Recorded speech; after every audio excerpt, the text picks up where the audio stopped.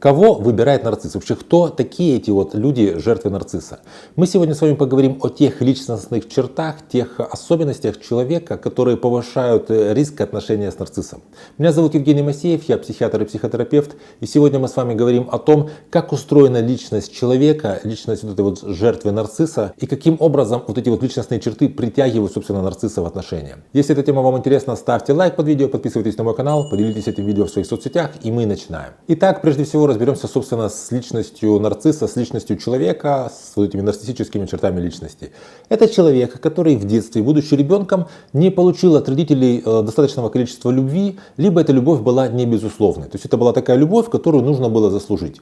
И вот, будучи взрослым человеком, такой взрослый человек все еще старается у окружающих людей заслужить вот эту вот любовь. Он старается сделать что-то, чтобы его любили. Он старается подтвердить внутреннее убеждение, что он заслуживает того, чтобы его любили. То есть, как правило, ребенок, который получил достаточное количество любви, потом, будучи взрослым человеком, понимает, что по умолчанию я заслуживаю, чтобы меня любили, я в этом не сомневаюсь, и я, собственно, могу любить и могу получать любовь. Поэтому основная работа нарцисса — это получать два основных сигнала. Это внимание и заботу.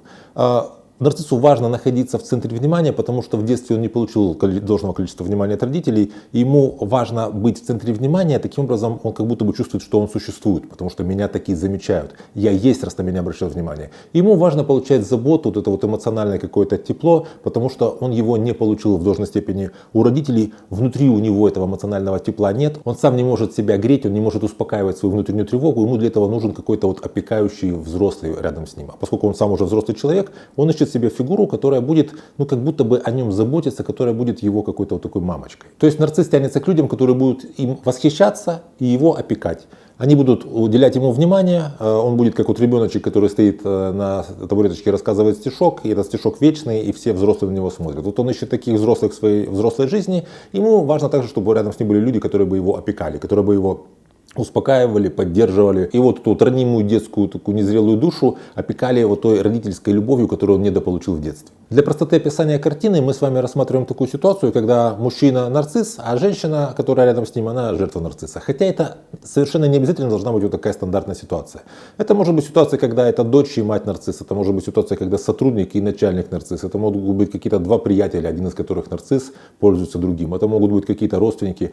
Ситуации могут быть разные, но для простоты картины мы с вами говорим о том, что нарцисс в нашем примере это мужчина, а жертва нарцисса это женщина. Соответственно, первая категория таких женщин, которые могут быть в отношениях с нарциссом, это женщины, которые не позволяют себе получать признание. Это женщины, которым сложно принимать комплименты, женщины, которым сложно говорить о своих каких-то достижениях, женщины, которым сложно просить, чтобы их похвалили, женщинам, которым сложно вот сказать о чем-то близким даже своим людям, что вот посмотри, я чего-то добилась, у меня вот классно, я не знаю, там, скажем, я похудела там хорошо, или заходила в спортзал там все лето, и вот посмотри, какие у меня успехи, или там, я не знаю, я стала больше зарабатывать, я себе как-то купила новую машину. То есть, по сути, у тебя есть какое-то достижение, вещь, которой хочется, в конце концов, похвастаться. Тебе хочется что-то вот, какое-то свое достижение, так сказать, разделить вместе со своими близкими, значимыми людьми, но тебе сложно это сделать, потому что воспитание было вот такое по типу хорошей девочки, которая хорошая девочка не хвастается, она не задается, она никогда не говорит о том, что у нее что-то есть лучше, чем у других.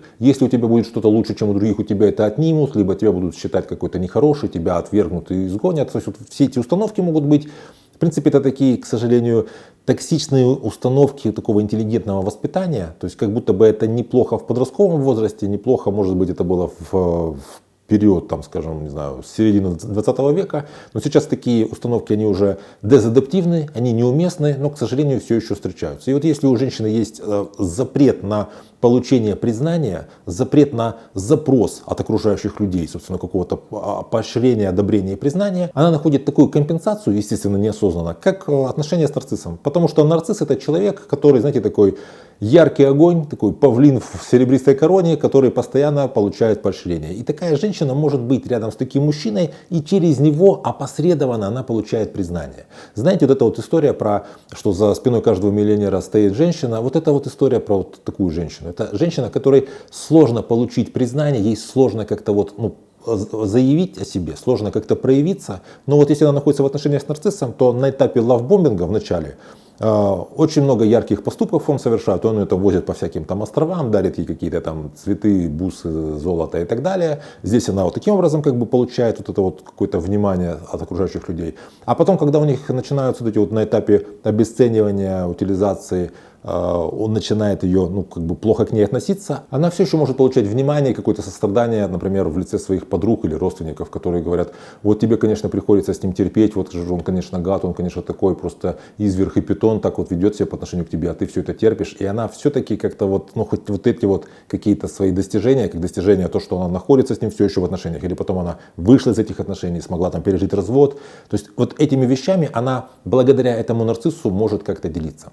Вторая категория женщин, у которых есть опасность попадания в отношения с нарциссом, это женщины, которые в детстве получали родительскую функцию, которая не свойственна ребенку, в ситуации, когда, предположим, это старшая дочь, и родители ей говорят: ну все, вот у тебя теперь младший братик или младшая сестричка, теперь ты будешь с ней гулять, а по сути ты будешь ее выгуливать, или ты теперь будешь ее там провожать в школу. То есть ребенок лишается детства, поскольку на него как бы навязываются несвойственные ему родительские функции, ну, частично, и вместо того, чтобы строить горизонтальные взаимоотношения с окружающими сверстниками, старшая сестра, ну, поскольку братьев и сестер мы любим, это нормально, она любит своего младшего братика или младшенькую сестричку, и она ведет с ней себя как мамочка с маленьким ребенком. То есть она смотрит, чтобы она куда-нибудь не выбежала со двора, чтобы она там не наелась песка, чтобы она там не подходила близко к собаке. Если она ведет ее в школу, она следит, чтобы она там как-то, не знаю, там в снег не залезла, там, чтобы она, ну, то есть она начинает заниматься уходом за ребенком, тем, чем должны были заниматься бы ее родители, но родители почему-то решили, что, ну вот, раз она уже взрослая, она может сама это выполнять. И вот эта девочка формирует свою привязанность не по типу отношений с равным человеком, а по типу отношений с кем-то, о ком надо заботиться. Родители так и говорят о ней: у нас уже такой взрослый, ответственный ребенок, хотя ей может быть там 6-8 лет, это еще младший школьный возраст. И она не должна выполнять эти функции, но она их выполняет. И, естественно, когда она становится взрослой, она ищет для отношений человека, о котором нужно заботиться, потому что это тот тип привязанности, который ей знаком, который она нарабатывала. Она не умеет вступать в отношения с равным человеком, там, где нужно делиться, договариваться, вступать в компромиссы, то есть заниматься какими-то вопросами на равных. Ей проще о ком-то заботиться, кого-то опекать. Что же в такой ситуации делать? Очень важно, чтобы вы смогли понять, что в такой ситуации не стоит вот этого вот нарцисса посылать куда-то к психологу, психотерапевту, потому что это бессмысленно. Бессмысленно другого человека, который находится, ну, в каких-то своих таких защитах компенсированных, куда-то посылать и что-то с ним делать. Это не имеет ни смысла, вы просто потеряете время и нервы. Кроме того, не стоит даже работать над отношениями, то есть вам не стоит идти в семейную терапию, на межличностном уровне тоже ничего не нужно чинить, потому что это такая компенсация поломки, которая происходит внутри вас, внутри женщины.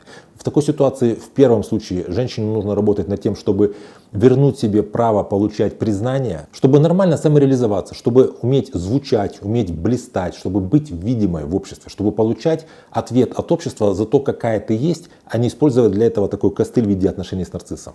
Во втором случае женщине нужно работать над своей привязанностью, то есть нужно провести ревизию формирования этой привязанности такой опекающей и научаться вступать в отношения на равных. Ведь когда ты вступаешь в отношения с позиции такой мамочки, это немножко безопасно, потому что ты находишь себе какого-то немножко такого беспомощного человека, начинаешь им опекать, ты как будто бы управляешь, как вот старшая сестра, а все-таки управляла младшим братом или младшей сестрой. А тебе нужно вступать в отношения, чего ты не научилась в детстве, где вы наравне, где ты можешь как бы и контролировать, и быть контролируемой, то есть вам нужно вот как-то уметь в отношениях договариваться. То есть все эти вопросы решаются в, собственно, терапии с этой женщиной, в ее внутриличностном каком-то процессе. Поэтому если вы или кто-то из ваших знакомых оказался в отношениях с нарциссом, причину вот этого попадания в эти отношения всегда нужно искать в себе. По двум причинам. Потому что, во-первых, с собой работать гораздо проще, то есть мы можем с собой работать. А во-вторых, потому что работать с другим человеком, особенно если у него есть вот эти нарциссические черты, ну практически невозможно. Ты не можешь человеку причинять какое-то добро, как его принуждать к какому-то там, я не знаю, как бы нормальному сосуществованию, если он и так живет так, как он живет. То есть вот основная проблема большинства женщин, которые оказываются в отношениях с нарциссом, что они стараются его как-то там подчинить. Это ему не нужно. И она на самом деле занимается не тем, что на самом деле ей нужно сделать. Напишите, пожалуйста, в комментариях, если вам эта тема показалась интересной. И напишите также, на что вы обращаете внимание, если вы замечаете, что вы там как-то вот периодически попадаете в отношения с нарциссом. Может, у вас есть какие-то находки, вы как-то вот в себе копались и понимаете, что я вот по таким-то причинам действительно попадаю в отношения с нарциссом. Я вам буду очень благодарен, если вы этими вещами поделитесь, потому что ну, вот такие конкретные вещи о себе, они просто бесценны. Если вам это видео понравилось, ставьте лайк, подпишитесь на мой канал, если еще не подписались. Поделитесь этим видео в своих соцсетях, пожалуйста, я вам буду очень благодарен. Берегите себя и своих близких, и до встречи в следующих выпусках.